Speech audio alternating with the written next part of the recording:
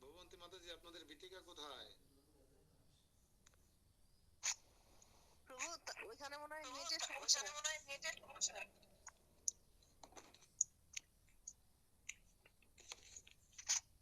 হরে কৃষ্ণ মাতাজি।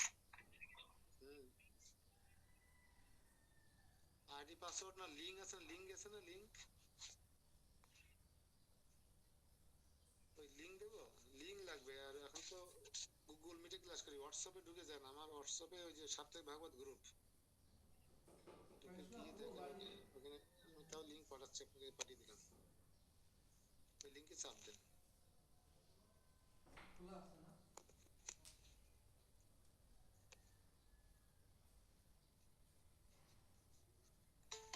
তো এখানে আমাদের অনেক মতামত উঠে এসেছিল, আমরা চূড়ান্ত কোনো সিদ্ধান্ত বা চূড়ান্ত কোনো বুঝ পাইনি, কারণ ছাত্র প্রমাণ বা আচার্যদের মুখনিসৃত বাণীর মাধ্যমে আমরা সেই জায়গায় পৌঁছাতে চেয়েছিলাম। মোটামুটি কালকে আমার সকালে 9 ক্লাস ছিল, আপনারা জানেন, লাইভ ক্লাসটা করে দিয়েছিলাম। সকালে ক্লাসটা লাইভ হয়েছিল কালকে, প্রাণবন্তটা আলোচনা হয়েছিল, সেখানে সমস্ত মন্দিরে অবস্থানত ভক্তদের নিয়ে।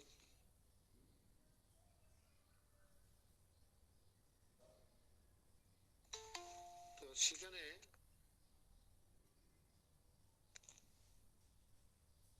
আমরা চূড়ান্ত হিসাব নিকাশ করে আমরা আমাদের পূজ্যপাত পূজারী প্রভু, ইস্কনের বিশেষ পণ্ডিত, আমাদের শরণাগতী গৌদার ব্রহ্মচারী প্রভু সহ বিভিন্ন জায়গা থেকে এই প্রশ্নটা আমি উত্থাপন করেছিলাম শেষে।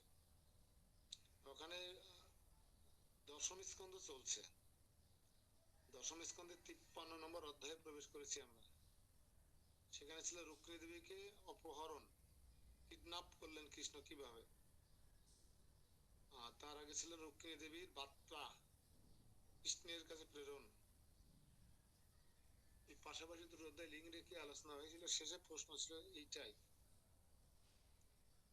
সেই প্রশ্নের আলোকে আমরা আলোচনা করছিলাম গতদিন পর্যন্ত যে কৃষ্ণ আগে 122-23 বছরে যখন বয়স কৃষ্ণ, তখন তিনি সূর্য স্নান করতে এসে ব্রজের যে সমস্ত প্রিয় পার্শ্বদ বৃন্দ ছিল তাদেরকে সশরীরে স্বধামে প্রত্যাবর্তন করিয়ে পরবর্তীকালে তিনি কিছু কার্য সম্পাদন করে তিনি দ্বারকার সেই সমস্ত মহিষী নারী সহ সমস্ত যাদবদেরকে তিনি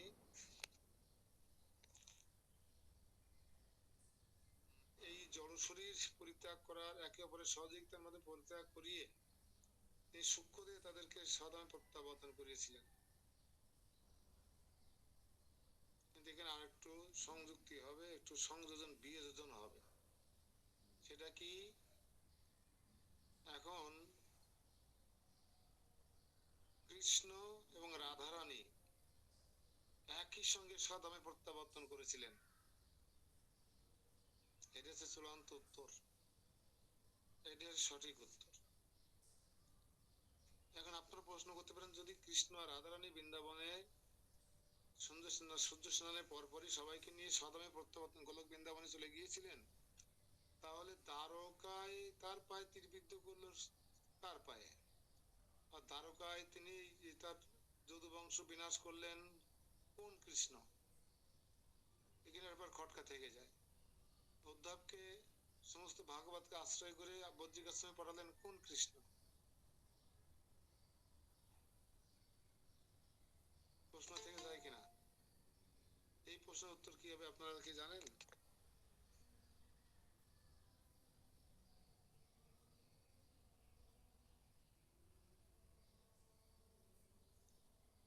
এই প্রশ্নের উত্তর কি হবে?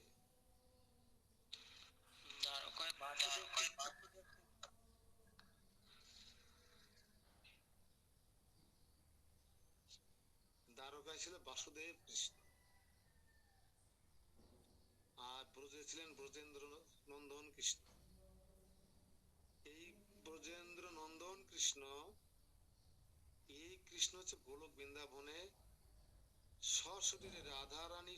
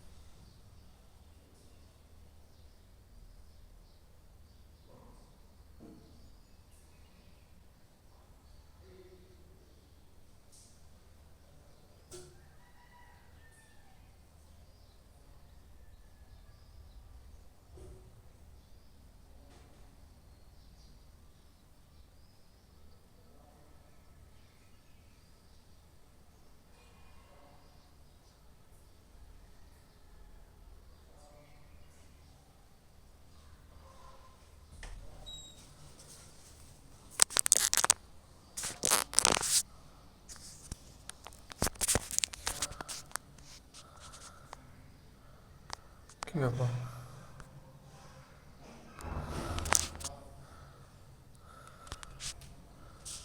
ক্লাস কি বন্ধ হয়ে গেল?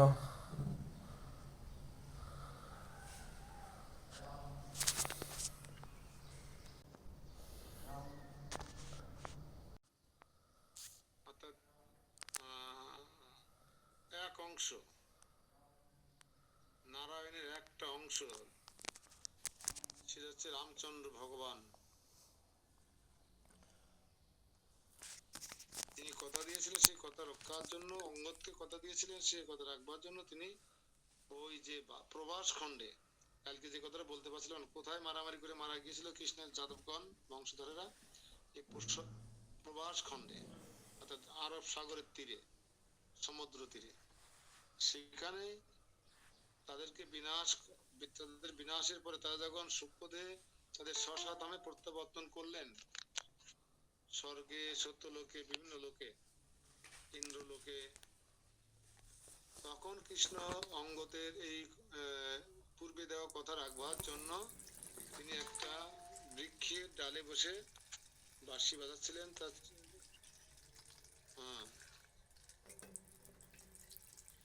রাঙা চরণদ্বয় দোলাচ্ছিলেন। এটাকে সে অঙ্গদের পরবর্তী অবতার জরাব্যাধ, ওটাকে কোনো হরিণ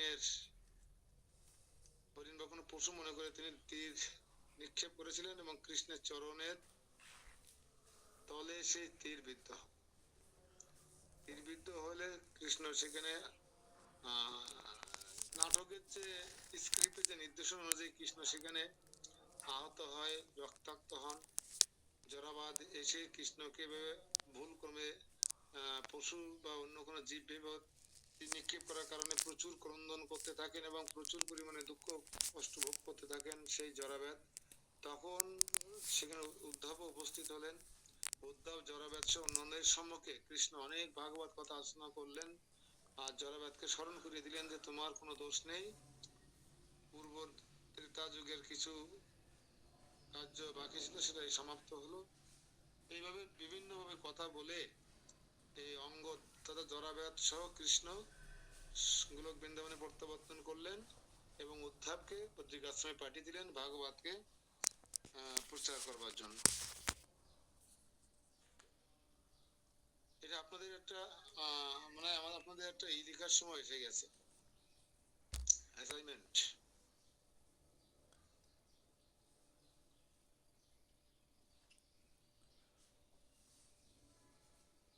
অ্যাসাইনমেন্টটা শিরোনাম এরকম হলে ভালো হয়।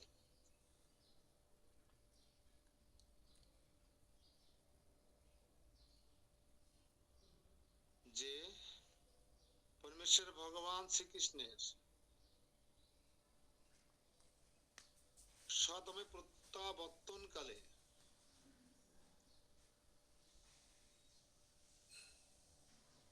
তার অন্তিম কার্যবলী বর্ণনা করো। চলে যাওয়ার সময় কিছু কাজ থাকে না, কোথাও গেলে প্রশ্ন, এই অ্যাসাইনমেন্টের শিরোনামটা লিখে রাখুন। পরমেশ্বর ভগবান শ্রীকৃষ্ণ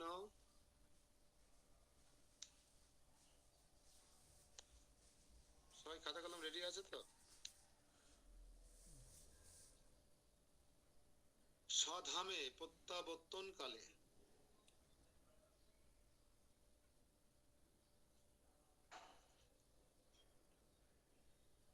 তার অন্তিম কার্যাবলী বর্ণনা করো।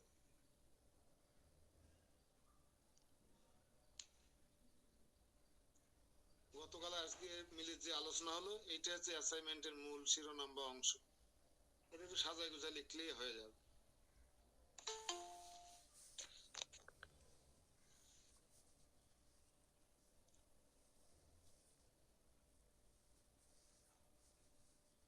যদি লিখতে না পারেন আমি আরো একবার বলছি, এটা আপনি যখন লেখালেখি করবেন না, এটা আপনার ব্রেনে চেতনায় এমন ভাবে গেঁথে যাবে। এই যে আলোচনাটুকু হলো, এই আলোচনা আমার জীবনে কখনো আমি শুনি নাই, এরকম একটা জায়গা থেকে আলোচনা। এরকম সুযোগ কোথায়? এরকম সুযোগ হয় যাকে হঠাৎ করে ধরেন কালিয়ায় গেলাম 1.5 ঘন্টার পাঠ, ওখানে এসে আলোচনা করা সম্ভব নয়। হঠাৎ করে ধরেন কোথাও গেলাম, সেখানে 1 ঘন্টা সুযোগ, সেখানে এই ধরনের আলোচনা করার সুযোগ নেই। এখানে আছে কেন? এখানে আমরা দিনে প্রতিদিন নিত্যং ভাগবতম সেবায়া, প্রতিদিন আমরা 2 ঘন্টা এখানে আলোচনা করার সুযোগ পাই। 365 দিন কোনোদিন আমরা সম্ভবত মনে হয় 1 দিন 2 দিন বাদে কোনোদিন ক্লাস মিস করি না।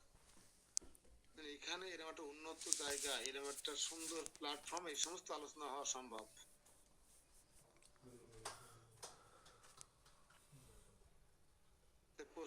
এই অ্যাসাইনমেন্টের শিরোনাম আমরা লিখে রাখুন, আপনার কমপক্ষে 200-250 ওয়ার্ডে লিখবেন। এই দ্বারকার কৃষ্ণ, দ্বারকেশ কৃষ্ণ, মথুরেশ কৃষ্ণ, হ্যাঁ, আর ব্রজের কৃষ্ণ, এরা উল্লেখ করবেন। সূর্য স্নান করতে এসে তাদের কি করলেন, তারপর দ্বারকাবাসী কেন, এইসব গুলো আপনার যদি পুঙ্খানুপুঙ্খ নিজেদের থেকে আরো কিছু মিশিয়ে দিলেন, তারপরে আমি আপনারা স্বচ্ছ ভাবে যাদের হৃদয়ে লেখা থাকে সেই চেষ্টা করবেন। তো প্রশ্ন, এই শিরোনাম আমরা আবার বলি, পরমেশ্বর ভগবান শ্রীকৃষ্ণের স্বধামে প্রত্যাবর্তনের প্রাক্কালে তার অন্তিম কার্যাবলী গুলি বর্ণনা করুন।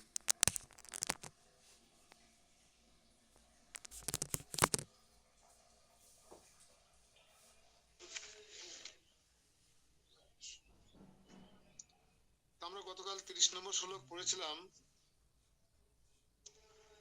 30 নম্বর শ্লোকের তাৎপর্য আজকে একটু আলোচনা করার পরে আমরা পরের শ্লোকে যাব।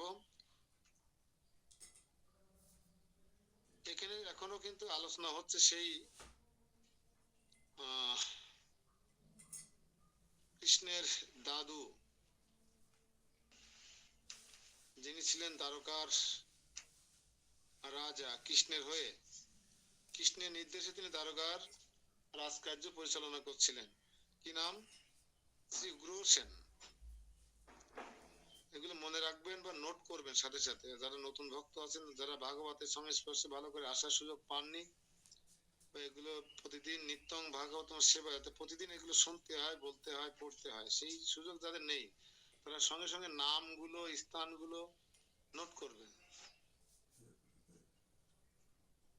যেমন কালকে আমি লিখেছিলাম যে রুক্মিণী দেবীর বাপের বাড়ি বিদর্ভে। বিদর্ভের রাজধানীর নাম কি? বিদর্ভের রাজধানীর নাম কালকে উল্লেখ করেছিলাম কয়েকবার, কৌলিন্য নাকি এরকম কি একটা নাম বলেছিলাম।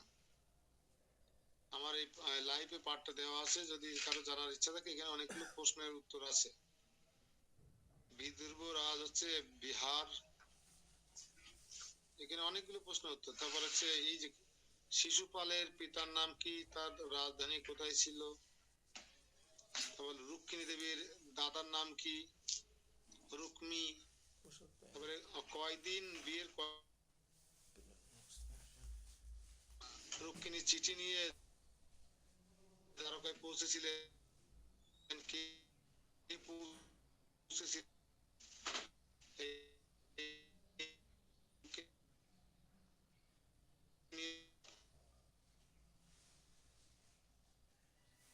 পিতা রানীতে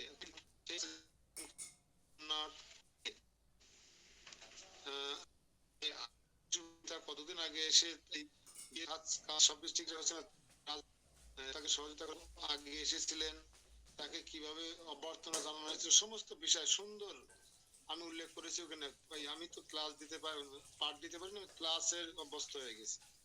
আমি মন্দিরের ভক্তদেরকেও কিন্তু প্রশ্ন উত্তরে ক্লাস দিই, সিনিয়র ভক্ত থাকলেও। এটা ভালো, এতে জানার সুবিধা হয়, নোট করতে সুবিধা হয়। আপনারা গতকাল এই ক্লাসটা আমার পেজ থেকে দেখে নেবেন, ফেসবুকেও আমরা শেয়ার করা আছে, একটু শুনবেন, দেখবেন অনেক তথ্য জানতে পারবেন। এই তথ্য জানার জন্য কিছু ক্লাস খুব উপকারী। ঠিক আছে, হরে কৃষ্ণ। নারদকে তদীয় গৃহ গমনে নিবৃত্ত করিয়াছি, নারদত্ত নিজ মাহাত্ম। সরি, এখানে আচ্ছা, তাহলে আপনি রাজকার্যে প্রবৃত্ত হইলেন কি রূপে? নারদ মুনি জিজ্ঞেস করছে, আপনি রাজকার্যে যুক্ত হলেন কিভাবে? আর যদি তার আজ্ঞা লঙ্ঘনে মহাদোষ হয়, তবে আবার শোক করতেছেন কেন? এখানে নারদ জিজ্ঞাসা করছেন কাকে? শ্রী উগ্রসেনকে। কি জিজ্ঞাসা করছেন? যে আপনি এই রাজকার্যে যুক্ত হলেন কেন? যা কেন যুক্ত আপনি কষ্ট পাচ্ছেন আনন্দ না পেয়ে? আর যদি কৃষ্ণের আদেশ লঙ্ঘন করতে চান, যদি মনে করেন মহাদোষ হইতো, তাহলে আবার শোক করছেন কেন? মহাদোষ তো হয়নি, তাহলে শোক করছেন কেন? কষ্ট পাচ্ছেন কেন? বুঝা গেল? এই প্রশ্নগুলো করছেন কে? নারদ মুনি। কাকে করছেন? উগ্রসেনকে। তাই পরমানন্দ সহকারে বলিতেছেন তাহার আজ্ঞা পালন নিমিত্তে আমি এই রাজকার্য করিতেছি। উত্তর দিচ্ছেন কে? উগ্রসেন। উহা তার সেবা ভাবিয়া পরমাদরে উক্ত সেবা কার্য সম্পাদন করিয়া তার সঙ্গে অবস্থান আদি জনিত পরমানন্দ কদাঞ্চিত অনুভব করিতেছি। ভগবান যদি কোনো আদেশ করে, সেই আদেশ পালন করার মধ্যে যে আনন্দ, সেই আনন্দ এখন পূর্ণরূপে উপভোগ করছেন কৃষ্ণের সঙ্গে অবস্থান করে রাজা উগ্রসেন। কিন্তু তার সঙ্গ রূপ মহান লাভে বঞ্চিত। কিন্তু কি করিয়া বঞ্চিত হইলেন? তিনি মিথ্যা গৌরবময় যন্ত্রণা প্রদান করিয়া আমাকে বঞ্চনা করিয়া আছেন। তো উগ্রসেন বলছে আমি কৃষ্ণের সঙ্গে অবস্থান করে তার আদেশ পালন করতে পেরে মহা সুখ, মহা আনন্দ অনুভব করিতেছি, কিন্তু তার সঙ্গ হইতে বঞ্চিত হয়ে আমি নিজেকে এক বঞ্চনাকারী হিসেবে আমি নিজেকে মিথ্যা গৌরময় যন্ত্রণা প্রদান করিয়াছেন কৃষ্ণ, আমাকে কপটতা করেছেন আমার সঙ্গে, এরকম অনুভব করেছি। কেন? কৃষ্ণ আমার কান্দে জোঙাল দিয়ে, সে নিজে আমার সম্মুখে সবসময় থাকেন না, বিভিন্ন জায়গায় গমন করেন, তার কার্য সম্পাদন করেন। আর তার অদর্শন জনিত যে বিরহ, এটা আমার জন্য অত্যন্ত যন্ত্রণাদায়ক। তাই আমরা কৃষ্ণকে সবসময় পেতে পারি না, যতক্ষণ পাই ততক্ষণ আনন্দ, না পেলে দুঃখ। হে আর্য, হে মহামাতামহ, কি বলছে কথা? তিনি বললেন হে আর্য, হে মাতামহ, হে যদুকুল রাজ ইত্যাদি। আবার কখনো বলেন আপনি সিংহাসনে উপবেশন পূর্বক আমাদিগকে আদেশ প্রদান করুন।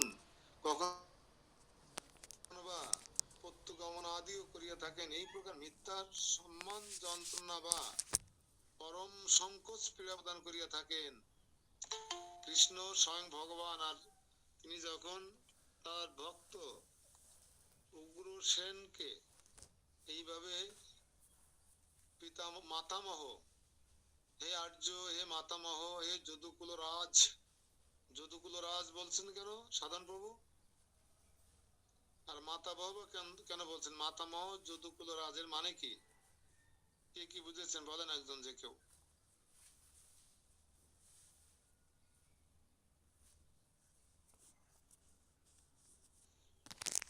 কে বলতে পারবেন? মাতামহ যদুকুল রাজ বলে সম্বোধন করছে কাকে?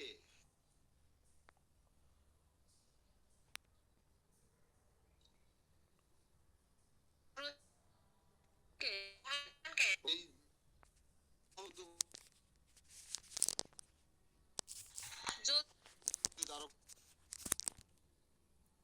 মানে ওটা উগ্রসেন তো শ্রীকৃষ্ণের বাবা। হ্যাঁ, দাদু। হ্যাঁ, দাদু। আজামশাই যাকে বলে, আজামশাই। হ্যাঁ, প্রচলিত ভাষায়।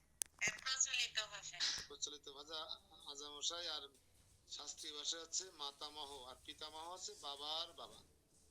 মাতামহ হচ্ছে মার বাবা। বুঝা গেল? আবার কখনো বলেন আপনি সিংহাসনে উপবেশন পূর্বক আমাদেরকে আদেশ। কৃষ্ণ যদি বলেন হে যদুকুল রাজ, হে মাতামহ, হে আর্য, আপনি সিংহাসনে আহরণ করুন এবং আমাদেরকে আদেশ করুন আমাদের কি করতে হবে। এই সমস্ত মিথ্যার সম্মান, দেখুন আমরা এগুলো খুব উপভোগ করতাম, কিন্তু আমরা হলে এইগুলো প্রচুর পরিমাণে উপভোগ করতাম। হ্যাঁ, আমি বাংলাদেশের সিংহাসনে অধিষ্ঠিত হয়ে গেছি, প্রধানমন্ত্রী, আমি সবাইকে আদেশ করছি। কি সম্মান! আমার কাপড় চোপড়, জামা কাপড় খুলে নিলেও এই পদের থেকে আমি নামবো না, এই সিংহাসন আমি ছাড়বই না। এটা আমাদের চেতনা। কিন্তু যদুকুলের সে উগ্রসেন বলছে আমাকে মিথ্যা সম্মান দিয়ে যে যন্ত্রণা দিচ্ছেন কৃষ্ণ, পরম সংকোচ পীড়া দ্বারা আমি খুব দংশন প্রাপ্ত হচ্ছে, দংশিত হচ্ছে, আমার জ্বালা পোড়া হচ্ছে, কারণ এই সংকোচ বোধ তো সকলের পিতা, সকলের অধীশ মানে কর্তা কৃষ্ণ যখন অন্যকে সম্মান দেয় তারা কিন্তু বিব্রত বোধ করে, সে বিব্রত বোধ করছে। অতএব আমি অতি দুর্ভাগা। উগ্রসেন বলছে আমি অতি দুর্ভাগা, আমাকে আমার প্রভু আদেশ করতে বলেন, তার মানে আমার সঙ্গে তামাশা করেন, আমাকে মিথ্যা সম্মান প্রদান করেন, আমাকে ছোট মানুষের মতন আমাকে সান্ত্বনা দেওয়ার চেষ্টা করেন। এই বিষয়ে হরিবংশে উক্ত আছে রাজেশ্বর রূপে। রাজেশ্বর রূপে অভিষেকের পর দ্বারকায় প্রবেশের সময় শ্রী ভগবান রথ হইতে অবতরণ করিলেন। আমি অর্ঘ্যহস্তে তার পূজা করিতে অগ্রসর হইলাম, কিন্তু আমাকে দেখিয়ে তিনি বললেন, হে মথুরাধিপতি উগ্রসেন, আমি আপনাকে মথুরেশ্বর রূপে মথুরা রাজত্বের অভিযুক্ত করিয়াছি এবং স্বয়ং তা অনাথা করিতে পারি না। হে রাজন, আমাকে পাদ্য অর্ঘ্য এবং আসমনীয় আদি নিবেদন করা উচিত নয়, আর ইহা আমার মনেরও অভিপ্রায় নহে। অতএব হে দেবর্ষে, মৎপ্রতি শ্রীকৃষ্ণের এই রূপ বাক্য বা ব্যবহারাদি আমার পরম দুঃখে পর্যবসিত হইতেছে। আমার সৌভাগ্য কোথায়, আমার মহা সৌভাগ্য কোথায়? কৃষ্ণ আমাকে বঞ্চনা করছে, আমাকে আমাকে এইগুলো আমাকে পরম সংকোচে ফেলে দিচ্ছে, মিথ্যা সম্মান দিয়ে আমাকে যন্ত্রণা দিচ্ছে। হ্যাঁ, আমি তাকে সেই কৃষ্ণ রাজেশ্বর রূপে যখন তাকে অভিষেক করার পরে দ্বারকায় প্রবেশ করছিলেন, তখন আমি পরমেশ্বর ভগবান শ্রীকৃষ্ণ রথ থেকে সুস্বাগতম জানিয়ে সিংহাসনে নিয়ে আসার জন্য আমি যখন তাকে পূজা করার জন্য অর্ঘ্য হস্তে দাঁড়িয়েছিলাম, তখন আমাকে সেটা করতে দিলেন না। তিনি আমাকে আরো বেশি বেশি সম্মান দেখে আমাকে মিথ্যা প্রলোভন দিয়ে আমাকে এই সমস্যায় ফেলে দিয়েছেন। এইরূপ বাক্য আর ব্যবহার যা আমার পরম দুঃখের কারণ হয়ে গেছে। আপনি কি করে বললেন আমি মহা সৌভাগ্যবান? এইটুক বোঝার ক্ষমতা থাকতে হবে আমাদের, আমাদের কষ্ট থাকতে হবে, সেটা যে কৃষ্ণকে পাচ্ছি না সেই কষ্ট। আমার ভিতরে যন্ত্রণা থাকবে, আমি কৃষ্ণ প্রেম লাভ করতে না পারার যন্ত্রণা। আমার ভিতরে সংকোচ থাকবে, যশ খ্যাতি প্রতিষ্ঠা পূজা লাভের কারণে। যদি আমাকে সম্মান দেয়, যদি আমাকে কেউ উচ্চ আসন দেয়, যদি কেউ আমার গুণমহিমা করে, তাহলে আমার পরম সংকোচ যন্ত্রণা হওয়া উচিত। আর যদি কোনো সিনিয়র ভক্ত গুরুদেব পরম বৈষ্ণবেরা আপনার প্রশংসা করে সুন্দর বাক্য দ্বারা,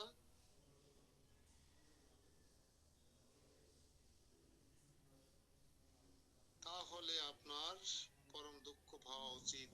এই শিক্ষা এখান থেকে পাই। তাহলে একটা প্রশ্ন রাখুন এখানে, যে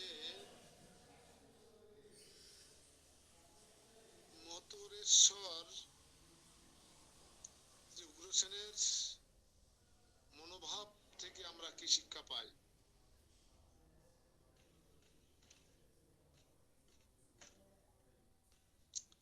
সোজা করে লিখুন, শ্রী উগ্রসেনের মনোভাব থেকে আমরা কি শিক্ষা পাই? বলুন তো কেউ একজন, এতক্ষণ যেগুলো বললাম উগ্রসেনের মনোভাবটা। নটবর ব্রজেন্দ্র দাস, উগ্রসেনের মনোভাব।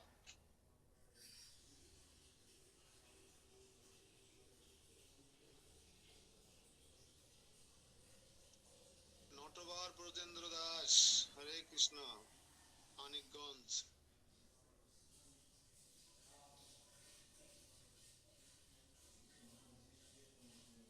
এই ক্যামেরার কাছে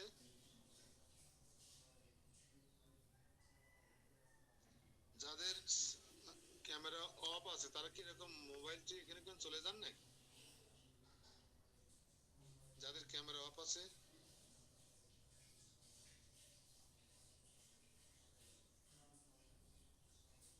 হরে কৃষ্ণ প্রভু, প্রণাম।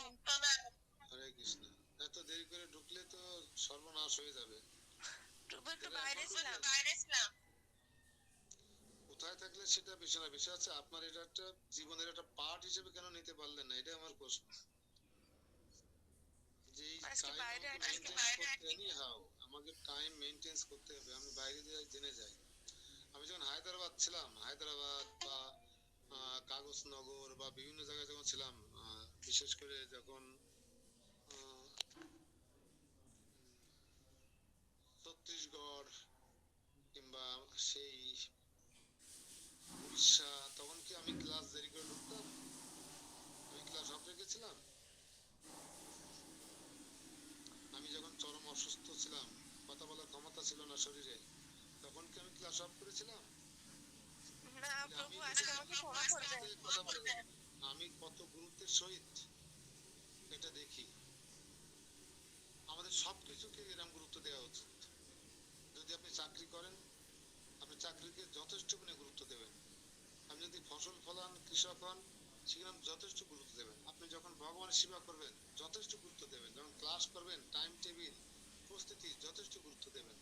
তা নাহলে আপনি কোনোদিন সাকসেসফুল হতে পারবেন না। আমি আপনাকে উদ্দেশ্য করে বলছি না, সবাই উদ্দেশ্যে বলছি কথাটা। এখন আরো একজন কি যেন ঢুকলো দেখলাম, এই 48। কি লাভ ঢুকে, কি লাভ?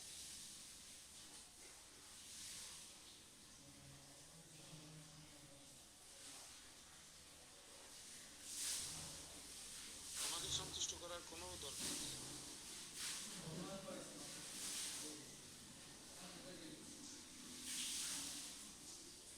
ক্যামেরাগুলো অন রাখতে বলি কেন? যাতে আপনাদের কাকে প্রশ্ন করবো না করবো আমাদেরও একটা দেখার বিষয় আছে। ওই যে নটবরকে প্রশ্ন করলাম, উত্তর দিতে পারলো না, বা সে ক্যামেরা বুঝছে মানে নেই ক্যামেরার কাছে, কি জানি না। আমি ইয়েস নো একটা ব্যাপার থাকে। তাহলে কি করে কাকে, এই যাদের অফ আছে ক্যামেরা, তাদেরকে আমি প্রশ্ন করবোই না কখনো আর। যে কয়জন অন রাখবেন তাদের কাছে প্রশ্ন করবো। আমরা দেখলাম উগ্রসেনের মনোভাব থেকে আমরা কি শিক্ষা পাই?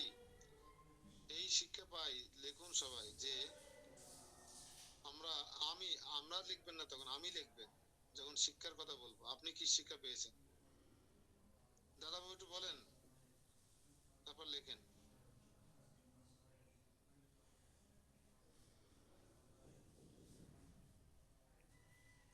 হরে কৃষ্ণ প্রভু।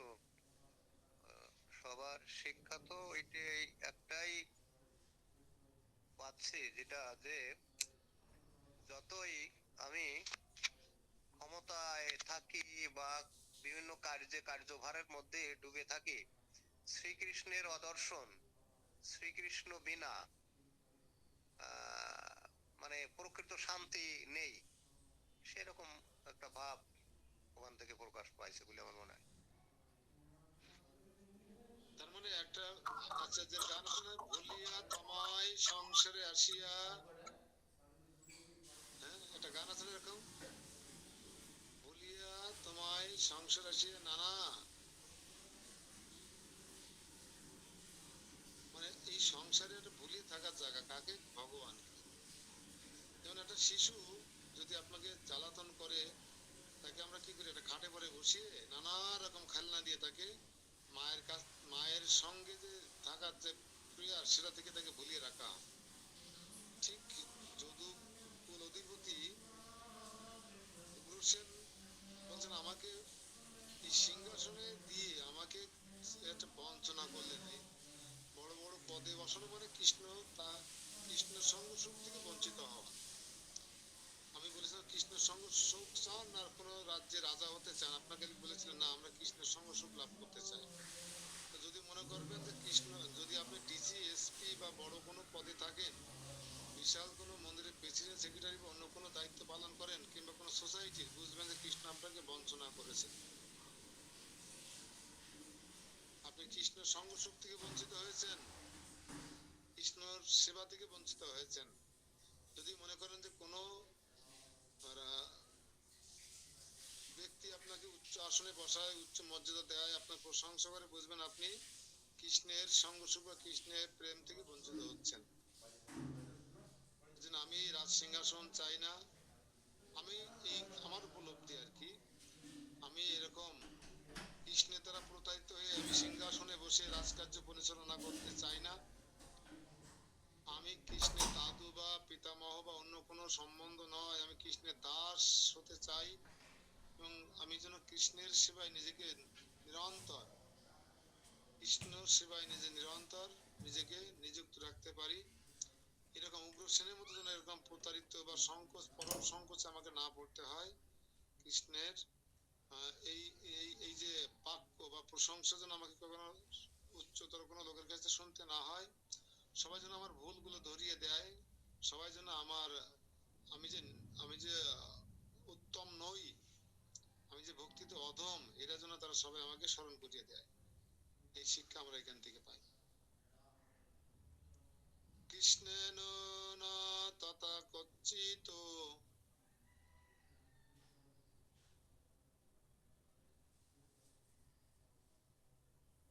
দুর্ভদ্রবশ্য মহাসুখী তৎপার্শ্ব সেবা সৌভাগ্য বঞ্চিতম সাত কদাপি ন তত্তত্র গতা ভবতাসু মাম দৃশ্যম সন্দেহম এতম সনিবেদনীয় উদ্ধত্যাগাদ অগমতস্য বেলা সনাতম আদায় সবম সনাতয় ইতি শ্রীমদ্ ভাগবতামৃতের ভগবৎ কৃপা ভর নির্ধার খণ্ডের প্রিয় নাম পঞ্চম অধ্যায়। অনুবাদ: বাস্তবিক পক্ষে প্রভু কাহাকেও আমার মতো বঞ্চনা করেন না। উগ্রসেনের মনোভাব। আর উদ্ধব তো মহাসুখী, প্রভু তাকে নিজ পার্শ্বে রাখিয়া সেবা সুখ প্রদান করেন এবং সেই সেবা সৌভাগ্য হইতে কখনো বঞ্চিত করেন না। যদি রাধারানী আপনাকে বলে, রাধারানী বলে, ভগবন্তী দেবী আপনি আমার জন্য দুধ গরম করে নিয়ে আসুন আমার প্রাণনাথ কৃষ্ণের জন্য, কৃষ্ণের জন্য দুধ গরম করার সেবা পেলে আমরা কত বড় খুশি হই, সুখী হই। সেই সুখটা পেয়েছিলেন কে? যদি কৃষ্ণ বলে আমার জন্য একটু আলু সিদ্ধ দিয়ে বেগুন ভর্তা, কলার মোচা ভর্তা টর্তা দিয়ে একটু রান্না করে নিয়ে আসেন।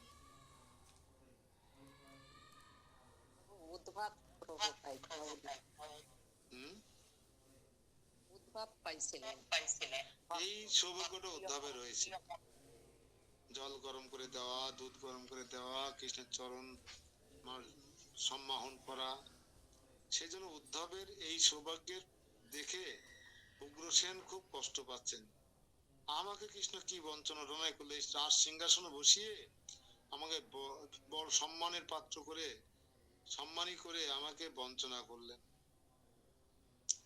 আমরা জাগতিক লোকরা ভাবতে পারি না অবশ্য, কিন্তু আমাদের অনেক ভক্তরা আছেন এর মান সম্মান প্রতিবেষ্টি পূজা প্রতিষ্ঠা লাভ তারা বিষ্ঠার সঙ্গে তুলনা করে। শুকরের বিষ্ঠা।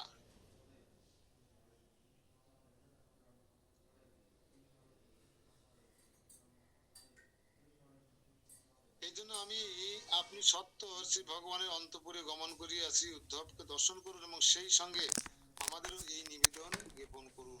তাই বলছে আপনি আর এখানে সুধর্ম সবাই থেকে সাধারণ যাদবগণের মধ্যে থেকে আপনি সময় নষ্ট না করে আপনি অন্তঃপুরে যান। অন্তঃপুরে অর্থাৎ অন্তঃপুরে গিয়ে কৃষ্ণ যেখানে অবস্থান করছেন সেই কৃষ্ণের পাশে দেখুন উদ্ধব আছে, সেই উদ্ধবের কে দর্শন করুন। সেই সঙ্গে আমাদের এই যে মনের কষ্ট, আমরা যে এই যে রাজা হয়ে বা বিভিন্ন মন্ত্রী হয়ে আমরা যে কষ্টে আছি, এটা উদ্ধবকে বোঝান। আর উদ্ধবের সৌভাগ্যের কথা আপনারা তাকে বলুন। বিপুল বাবু হাত উঁচু করেছেন কেন?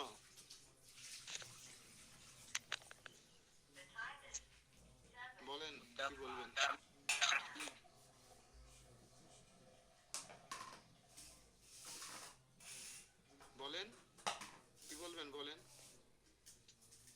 উদ্ধবের পিতার নাম কি?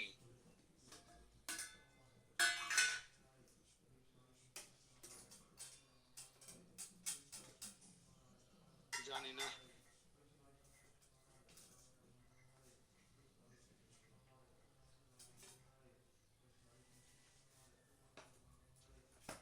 তো উক্ত প্রকার শ্রীকৃষ্ণ কাহাকেও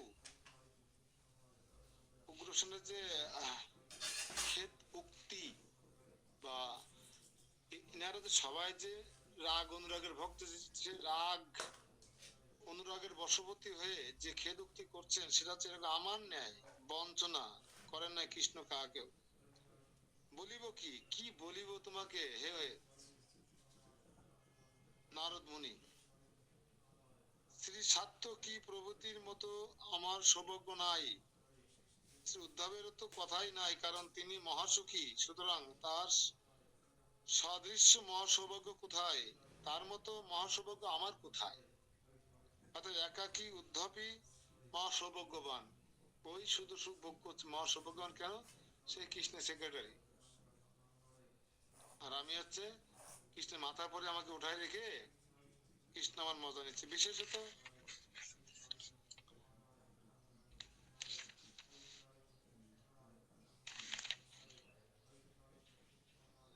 শ্রীকৃষ্ণ কখনোই তাহাকে, অর্থাৎ তাহাকে বলতে উদ্ধবকে বলছেন, নিজের পাশে থাকিয়ে যে সেবা কৃষ্ট হয় সেই নর্ম সেবা সৌভাগ্য হইতে কদাপি বঞ্চিত করেন না। তিনি সদা নিকটে থাকিয়া সেবা করেন।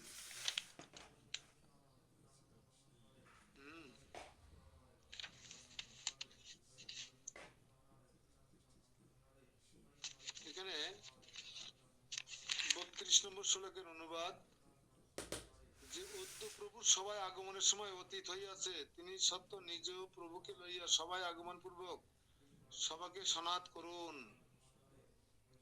অর্থাৎ কৃষ্ণের অভাবে এই রাজসভা অনাথ হয়ে গেছে।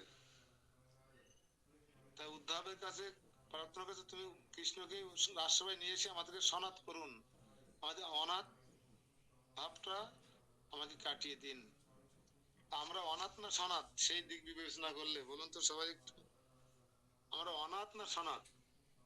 মহা মহা মহা মহা মহা এই অনুভূতিটা যদি আজকে ক্লাসে না আসতেন হতো মাতাজি। এই অনুভূতিটা হচ্ছে কেন? উগ্রসেনের চরিত্র দেখে, তারপর হচ্ছে কুন্তী দেবীর চরিত্র দেখে, যাদবগণের মনোভাব বুঝতে পেরে আমাদের এখন নিজেকে অনাথ মনে হচ্ছে কিনা। মানে একজনে লিখে নিয়ে এসেছেন ব্যাংকে 1 কোটি টাকা মাত্র, হ্যাঁ, এখন আপনার হচ্ছে 1000 টাকা তুলতে হবে, কৃষির টাকা, স্বাস্থ্য ভাতার টাকা, কারণ আপনি কি লিখবেন? সে লিখেছেন আর একজন যে 1000 টাকা কিছুই না। এখন ব্যাংকের ম্যানেজার বলছে, আপনি কি লিখছেন? 1000 টাকা কিছুই না মানে কি কথাই লিখছেন, কি লিখছেন? স্যার, আমার আগে যে বেটা আইছিল কোট শার্ট পরে 1 কোটি টাকা যদি মাত্র হয় তাহলে 1000 টাকা লেখা যায়? লজ্জা করে না? অত কিছুই না, লিখছে 1000 টাকা কিছুই না। আমরা যে যে সময় কোটিপতি ভক্তদের জীবনী এতক্ষণ শ্রবণ করলাম, কার কার? পঞ্চ পাণ্ডব, হনুমান, প্রহ্লাদ মহারাজ, শিবজি মহারাজ, ব্রহ্মা, হ্যাঁ, পঞ্চ পাণ্ডব, কুন্তী দেবী, দ্রৌপদী, ভীম, অর্জুন, নকুল, সহদেব, হ্যাঁ, যাদবগণ, এখন শোনা উগ্রসেন, এদের কথাবার্তা শুনি আমাদেরকে কিছুই না মনে হচ্ছে না? সে চেখে লেখার মতন। এই অনুভূতিটুকু পৌঁছে দেওয়া কিন্তু অনেক কষ্টের ব্যাপার, অনেক ব্যাপার স্যাপার। এই জন্য এই ভাগবত পড়ে আমরা যে উপকৃত হচ্ছি, এই জন্য ভক্তদের জীবন চরিত্র মহিমা শ্রবণ করতে হয়। হ্যাঁ, গৌর পাশ্চাৎ চরিতাবলী পড়লে পরমানন্দ হয় কেন? এই জন্য গৌর পাশ্চাৎ চরিতাবলী পড়তে হয়। এখন আমরা বলছি কৃষ্ণ পাশ্চাৎ চরিতাবলী পড়ছি এখন আমরা, তাই না? এটাকে বলা হচ্ছে কৃষ্ণ পাশ্চাৎ চরিতাবলী, বললেও ভুল হয় না। কৃষ্ণের মহান মহান সঙ্গ পেয়েছেন যারা, শেষ মহান মহান ভক্তদের চরিতাবলী আলোচনা করা হচ্ছে এখন, বোঝা গেল? তাই মনে হয় আমরা ইস্কাটনে এই সমস্ত ভক্তরা কিছুই না, মাত্র লেখে উগ্রসেন কুন্তি দেবী, তাহলে আমরা কিছুই না, এটা কি উপলব্ধি হয়েছে সবার? মৌসুমী মাতাজি এত নড়েন কেন? আমার চোখই লাগে।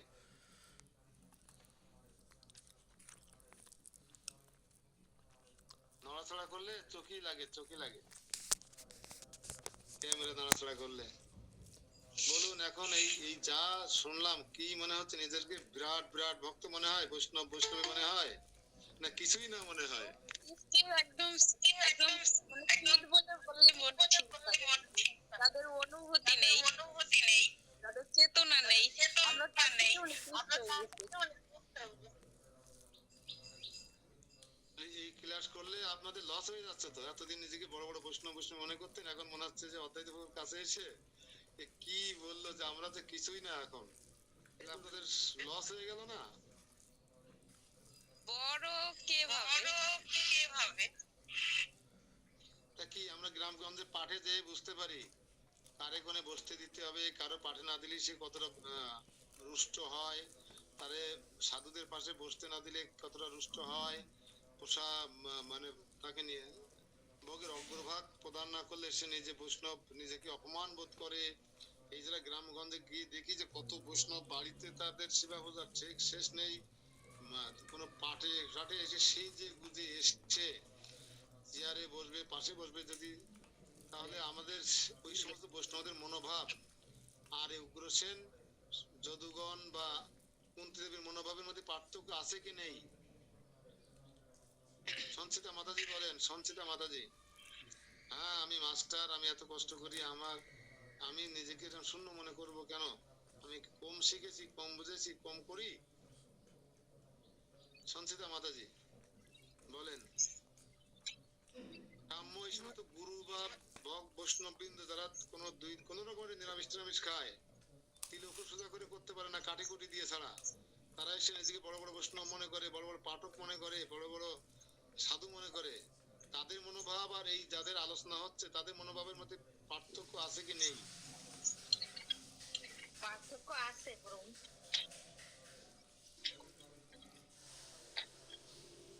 ওদেরকে বোঝাবে কে? ওইসব বড় বড় বৈষ্ণবদের বোঝাবে কে? আরো 40 বছর নিরামিষ খায়।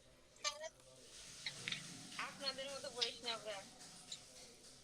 আরে আমাদের তো তারা সহ্যই করতে পারে না, আমরা গেলে তারা পাটে বসতে পারে না, আমরা গেলে তারা যা খুশি তাই করতে পারে না, আমরা যা বলি তাদের পক্ষে যায় না, তাহলে আমাদের কি তারা রিসিভ করবে? তাদের সামনে এই সমস্ত আচার্যদের মনোভাব, এই যে কৃষ্ণ পার্শ্বদ চরিতাবলী উত্থাপন করতে হবে, প্রচার করতে হবে আপনাদেরকে সবাইকে। আমাদের কথা বড় বড় বৈষ্ণব নয়। তো ঠিক আছে, আমরা এখানে দেখলাম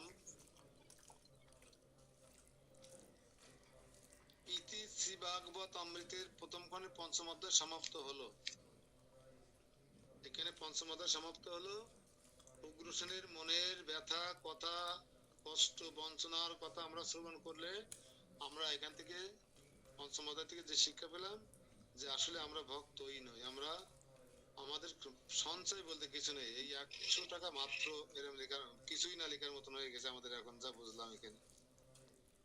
উগ্রসেন যদি বঞ্চনার কথা বলে, কৃষ্ণের দর্শন জনিত বিরহের কথা বলে, তাহলে আমরা কি অবস্থায় আছি এবার আপনাদের এইগুলো উঠাই নিয়ে আসবেন। এই যে একটা অ্যাসাইনমেন্ট লিখতে দিলাম, রচনা লিখতে দিলাম যাকে বলে, সেই রচনাটা লেখার সময় এই সবগুলো উঠিয়ে নিয়ে আসবেন।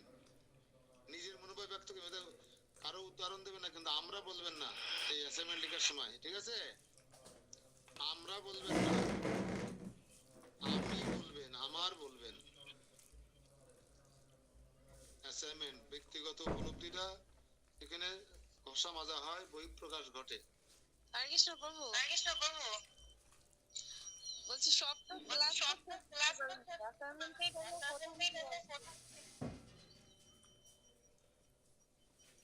বুঝিনি, আবার বলে অ্যাসাইনমেন্ট লিখে কোথায় দিয়ে আসবো? না সব ক্লাস তো করতে পারেন।